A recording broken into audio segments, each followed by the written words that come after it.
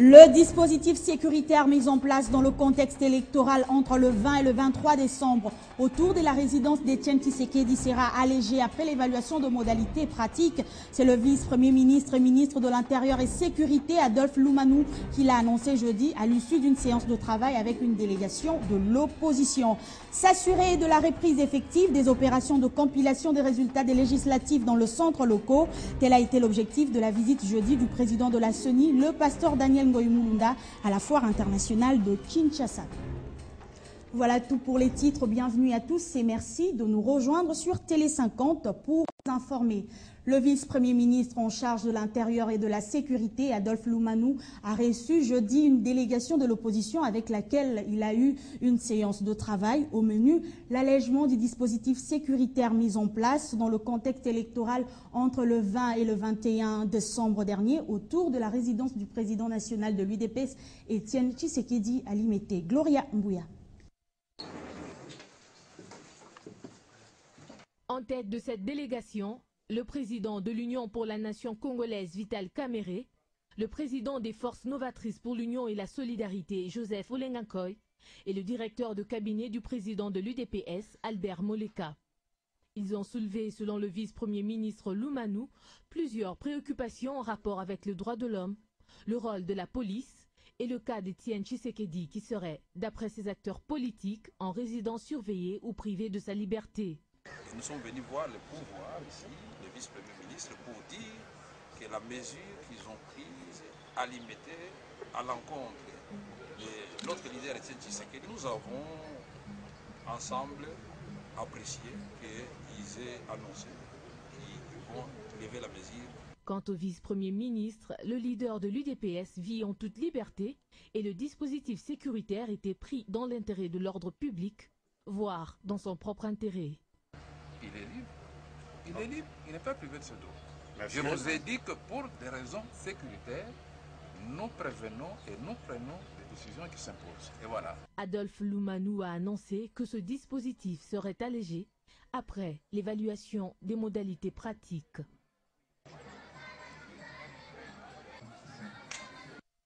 Je l'ai également annoncé en titre, le président de la Commission électorale nationale indépendante, le pasteur Daniel Ngoï Mulunda, a visité jeudi les centres locaux de compilation de résultats installés à la foire internationale de Kinshasa pour s'assurer de la reprise effective des opérations de compilation. Suivez.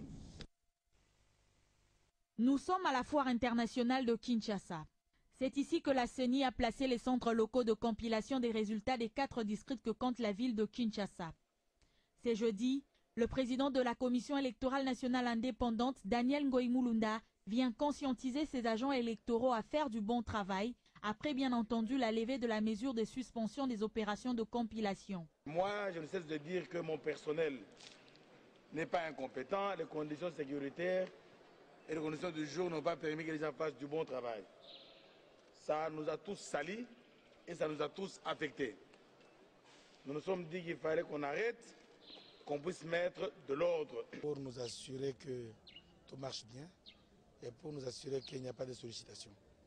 Et aussi au niveau des CLCR à l'intérieur, il n'y a pas d'usage de téléphone.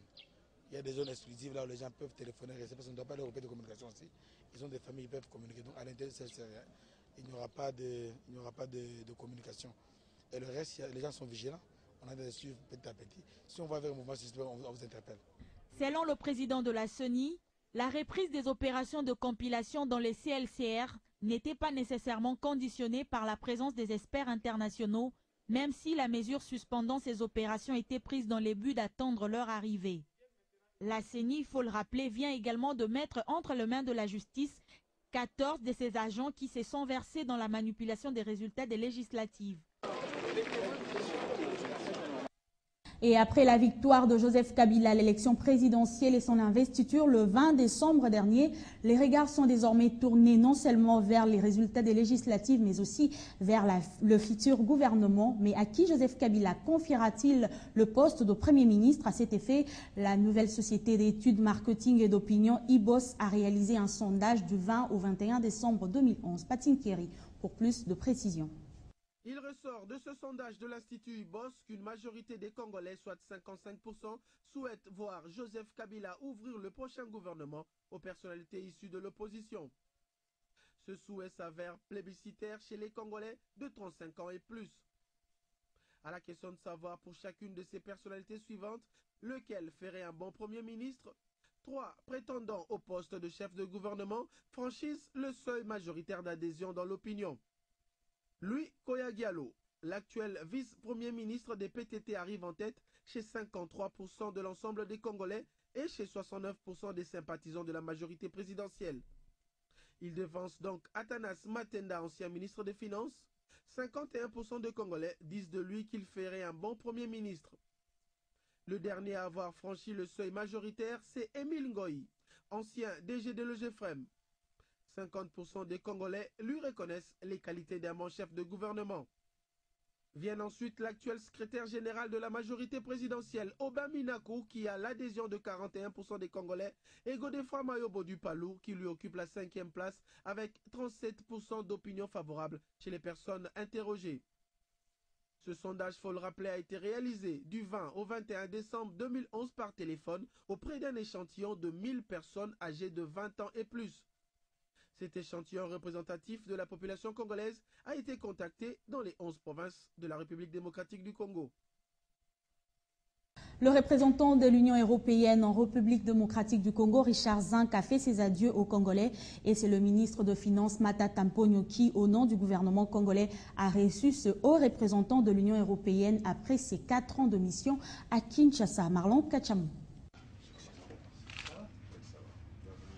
Richard Zinck, le représentant spécial de l'Union européenne, vient de passer 4 ans à Kinshasa dans le cadre de sa mission diplomatique en République démocratique du Congo. J'ai passé 4 ans ici, 4 ans riches et intéressantes. Notre premier partenaire pour tout ce qui est la coopération sur le ministère des Finances. Donc j'ai dû faire beaucoup avec le ministre Matata depuis qu'il a pris fonction.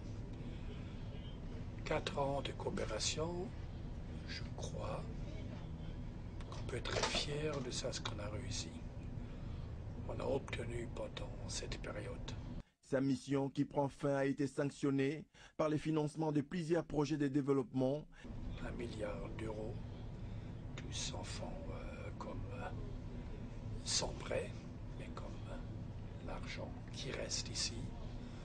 On a eu beaucoup de chantiers, notamment dans l'infrastructure. On a également travaillé beaucoup dans le secteur santé. On a travaillé beaucoup avec l'environnement. On est impliqué avec le ministère de Justice. En guise de cette coopération bilatérale, le ministre des Finances a remis à titre symbolique un tableau retraçant l'histoire de la République démocratique du Congo depuis la colonisation. 50 ans de l'histoire. Oui, 50 ans. C'est dans le cas de 51. Très bien. Oui, je me souviens. Alors, Richard Zinck quitte Kinshasa avec le sentiment d'une mission accomplie. Mais combien de Congolais connaissent ces hauts fonctionnaires européens? Richard Zinck. Je suis nouveau dans le milieu, peut-être que je ne le connais pas. Comme Richard Zinck, on le bien. En tout cas. C'est donc depuis la relance structurelle que plusieurs partenaires, dont l'Union européenne, est l'un des alliés de développement de la République démocratique du Congo. Bonne nouvelle pour le professeur de l'Institut supérieur de commerce. 59 Jeep 4x4 sont mises à leur disposition. Il s'agit d'un fruit de partenariat entre un concessionnaire de la place et le gouvernement central. Léonard Machako Mamba, ministre de l'Enseignement supérieur et universitaire, a procédé à la remise de ces véhicules. Fabrice Matanda et Eric Lukoki pour le reportage. À son arrivée à l'Institut supérieur des commerces, Léonard Machako Mamba, ministre de l'ESU, a commencé par une visite d'inspection de la salle de promotion en pleine réhabilitation avant de présider la cérémonie de remise des véhicules aux professeurs de cette institution.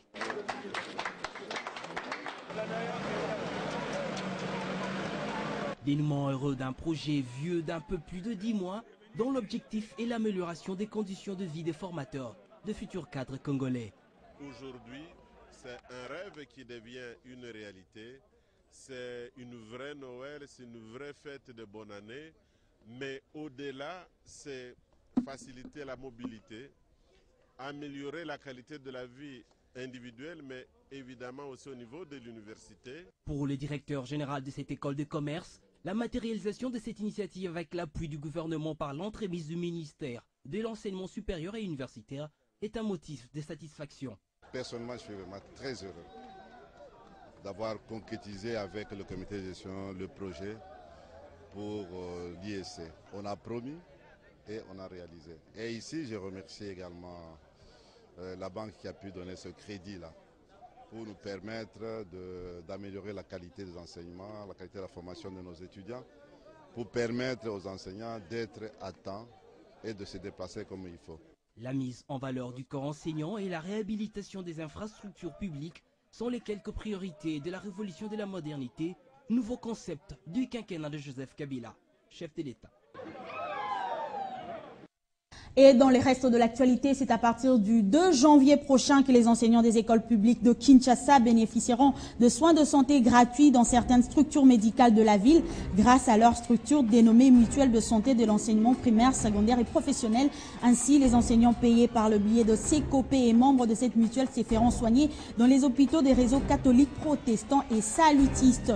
Le président angolais Dos Santos a confirmé la tenue des élections législatives en 2012. Eduardo Dos Santos a précisé qu'elles seront équitables et transparentes. Il faut rappeler que le scrutin présidentiel au suffrage universel en Angola a été aboli par la nouvelle constitution adoptée en 2010. C'est désormais la tête de liste du parti vainqueur des législatives qui devient automatiquement le chef de l'État.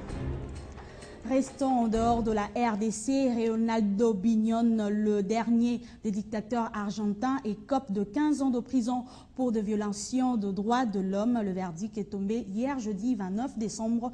Âgé de 83 ans, le dernier des dictateurs argentins a déjà été condamné à 2 reprises pour des crimes commis pendant la dictature entre 1997 et 1983.